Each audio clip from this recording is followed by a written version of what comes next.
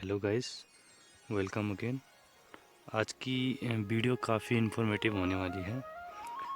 आज मैं बात करूंगा पहाड़ों में लहराते हुए इन सदाबहार वृक्षों के बारे में, और जिनको हम चीड़ के पेड़ से जानते हैं।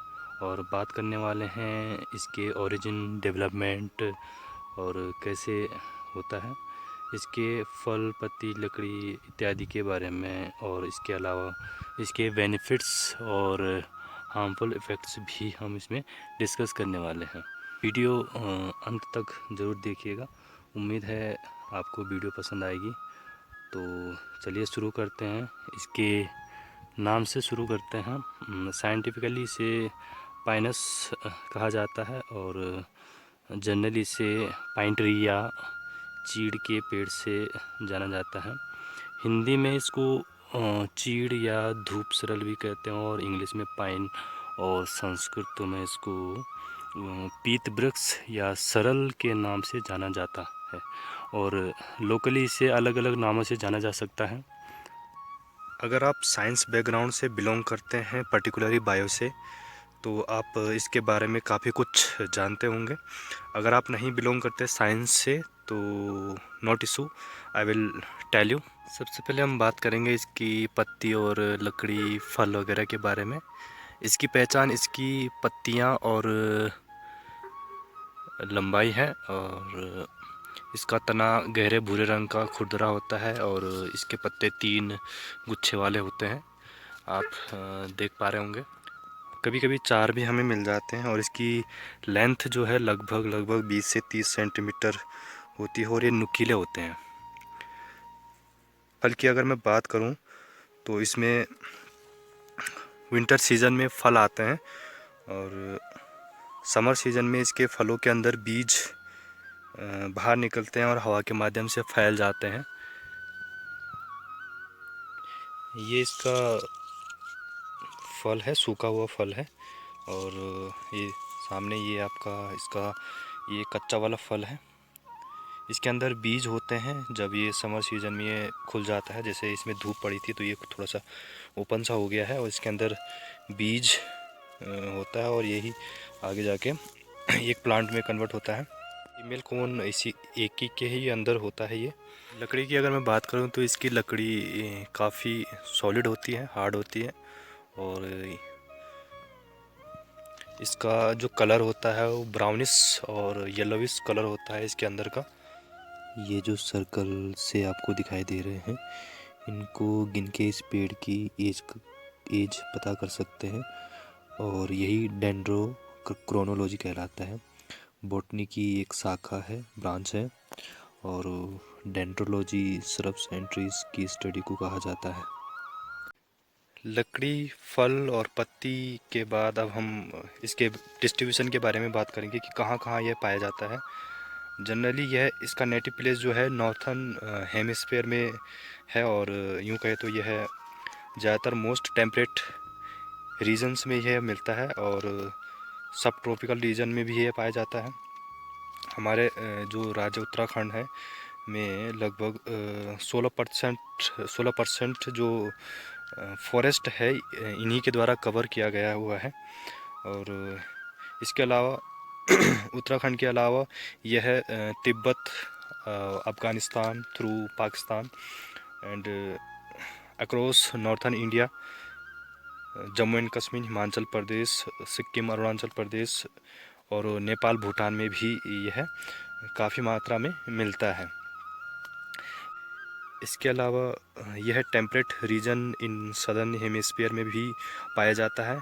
इसकी लगभग 90 स्पीसीज़ फाउंड है, और अलग अलग एरियाज़ में अलग अलग स्पीसीज़ इसकी पाई जाती है। और जो हमारे यहाँ पे जो पाइन का ट्री आपको दिखाई दे रहा है वह फाइनस रोक्स बरगाही इसकी स्पीसीज़ है।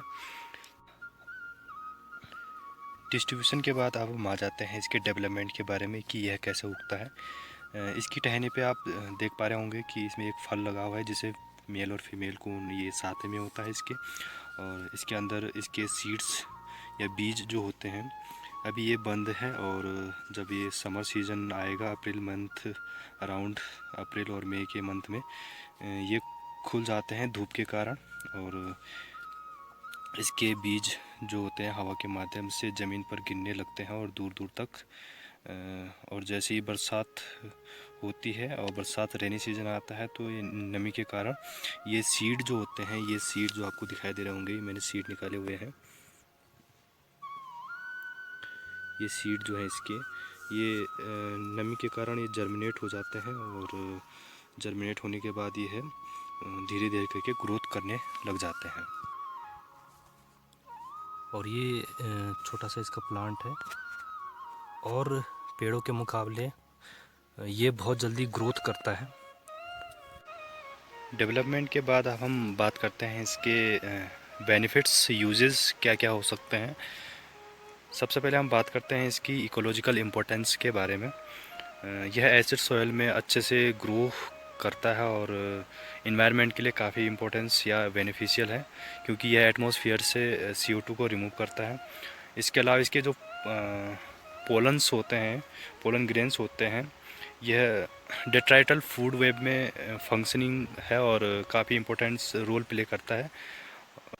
डेट्राइटल यानी जहाँ डेट्रीवोर्स ग्रो करते हैं। डेट्रीवोर्स ऐसे organisms that feeds on dead and decomposing organisms, matter like earthworm and fungus. Next, यह most important commercial important species है। इसकी लकड़ी का यूज हम कारपेंट्री आइटम्स को बनाने में, जैसे फर्नीचर्स हो गया, विंडोज़ हो गया, फ्रेम्स हो गया, और रूफिंग ETC बनाने में हम इसका इस्तेमाल करते हैं। नेक्स्ट जो है इसका इस्तेमाल हम ऑर्नामेंटल यूजेस भी है इसका, और जैसे इसके कोन है, इसका इस्तेमाल डेकोरेशन के लिए किया जाता है, और क्योंकि यह मोस्ट ड्यूरेबल होता है, काफ़ी लंबे समय तक चलने वाला फल है। फिर इसका ये है कि इसके अंदर से जो एडेसिव मटेरियल निकलता है, जिसे हम रेजिन कहते हैं, आप देख पा रहे होंगे, ये रेजिन लीसा कहलाता है लोकली से, और इसे गंध विरोजा भी के नाम से भी जाना जाता है। इसका मेडिसिनल यूज भी होता है, और जैसे हम इसका यूज इंटरनल इंजरी जैसे गुमचोट और फटे एड़ियों के लिए भी इसका इस्तेमाल हम करते हैं। और इसके अलावा इसका जो है कि टर्पेंटाइन ऑयल भी इससे एक्सट्रैक्ट किया जाता है डिस्टिलेशन के बाद। एज अ फूड भी इसका इस्तेमाल किया जाता है, जानवरों के लिए चारे के रूप में इसका इस्तेमाल करते हैं हम लोग, और ज़्यादा नहीं, थोड़ा थोड़ा इसको हमारे डोमेस्टिक एनिमल्स इसको यूज़ करते हैं। और फूड एंड न्यूट्रिएंट्स की अगर हम बात करें, इसके सीड्स जो होते हैं काफ़ी टेस्टी होते हैं। कुछ स्पीसीज़ के सीड्स तो लगभग 70 से 60 to 70 सेंटीमीटर इसकी सीड की लंबाई हो जाती है, और जिन्हें हम पाइन नट भी कहते हैं। इसके अलावा इसका जो इनर बार का वाइट कैम्बियम आपको दिखाई दे रहा होगा, ये इसमें विटामिन A एंड C पाया जाता है। इसे रॉ मटेरियल के रूप में भी हम लोग यूज करते हैं, और इसके अलावा इसका इस्तेमाल हम बिवरेजेस प्रोडक्ट को बनाने में भी करते हैं। इसके अलावा इसमें फंगल और बैक्टीरियल किलिंग प्रॉपर्टीज़ भी पाई जाती है, और यह दर्द और सूजन को कम करने के लिए भी हेल्पफुल है। Last but not least point जो मेरे ध्यान में आ रहा है कि इसके अलावा इसमें इसका मेडिसिनल यूज भी या मेडिसिनल वैल्यू भी इसकी काफ़ी है। जैसे इसका यूज हम रेस्पिरेटरी ट्रैक्ट में के स्वेलिंग को या इन्फ्लेमेशन को दूर करने के लिए, और cough, bronchitis, common cold, fever and stuffy nose, और इन्फेक्शन एंड ब्लड प्रेशर्स की प्रॉब्लम को दूर करने के लिए भी हम इसका इस्तेमाल करते हैं। हमने ये तो देख लिया है कि कितना ये बेनिफिट हमें दे सकता है। इसके अलावा इसमें यह हमारे लिए हार्मफुल भी है, जैसे अस्थमा और एलर्जी भी यह पैदा करता है। जो लोग जनरली एलर्जिक होते हैं उनको इसके पॉलन से और इससे एलर्जी होती है। और इसके अलावा ये फॉरेस्ट फायर को भी एम्फसाइज़ करता है। इसकी जो पत्तियां हैं जब समर सीज़न होता है तो ये सूख जाते हैं और इसमें बहुत तेज़ी से आग इनकी पकड़ जाती है। इसके जो ये है आपको दिखाई दे रहा होगा, ये इसको हम इसकी पत्तियां, इसको पिरुल हम लोकल लैंग्वेज में इसको हम कहते हैं। और इसके अलावा इसमें इसका जो डिसएडवांटेज है लैक ऑफ वाटर रिटेंशन का भी है इसमें। ये इसके कारण सोइल की जो वाटर होल्डिंग कैपेसिटी होती है वो डिक्रीज़ हो जाती है। और इसके अलावा इसमें इसके कारण जो बैक्टीरियल ग्रोथ होती है वो नहीं हो पाती है। हम कह सकते हैं एंटी बैक्टीरियल प्रॉपर्टीज़ में होती है, जिसके कारण लेगुमिनस जो प्लांट होते हैं हमारे, लेगुमिनस जैसे सोयाबीन वगैरह जो प्लांट्स होते हैं, इनके रूट्स में जो नाइट्रोजन फिक्सिंग बैक्टीरिया मौजूद होते हैं वह नहीं ग्रो कर पाते हैं, और जिसके कारण इन्वायरमेंट में नाइट्रोजन का फिक्सेशन नहीं हो पाता है। और इसके अलावा biodiversity loss due to the forest fire every year. A lot of animal and useful plants are dies. जो औषधियाँ पैदा करते हैं प्लांट्स वो जल जाते हैं इसके कारण। जब इस जंगलों में आग लगती है, भयंकर आग लगती है, जब हमारे फ्लोरा एंड फोना को काफ़ी नुकसान पहुंचता है इसके कारण। इन सब के अलावा इसका और एक डिसएडवांटेजेस ये है कि यह पानी को नहीं रोक पाता है, और इसके अलावा जहाँ पर ये ग्रो करता है, ये पेड़ ग्रो करता है, उसके आसपास कोई और भी प्लांट ग्रो नहीं कर पाता है। और इसकी काफ़ी हाइट होने की वजह से इसमें जो आकाशीय बिजली है वह गिरती है और इससे कैजुअल्टी होने की चांसेस बढ़ जाते हैं। आप देख रहे होंगे यहाँ पे सिर्फ़ और सिर्फ चीड़ का हमें पेड़ दिखाई दे रहे हैं, चीड़ के। इसमें यहाँ पे कोई और प्लांट भी ग्रो नहीं कर पाता, घास भी इसके नीचे बहुत ही कम ग्रोथ कर पाती है। ये इसका बहुत बड़ा वाला डिसएडवांटेज है कि काफ़ी हैं पर नुकसान भी कम नहीं है, इसलिए हम इसको डेंजरस ब्यूटी भी के नाम से भी जान सकते हैं। हाइट देख पा रहे होंगे आप, यहाँ पे इसकी लगभग 40 से 50 मीटर इसकी हाइट है, और इसी कारण इसमें आकाशीय बिजली जो है गिरती रहती है। आप देख पा रहे होंगे इसकी लंबाई कितनी अधिक है।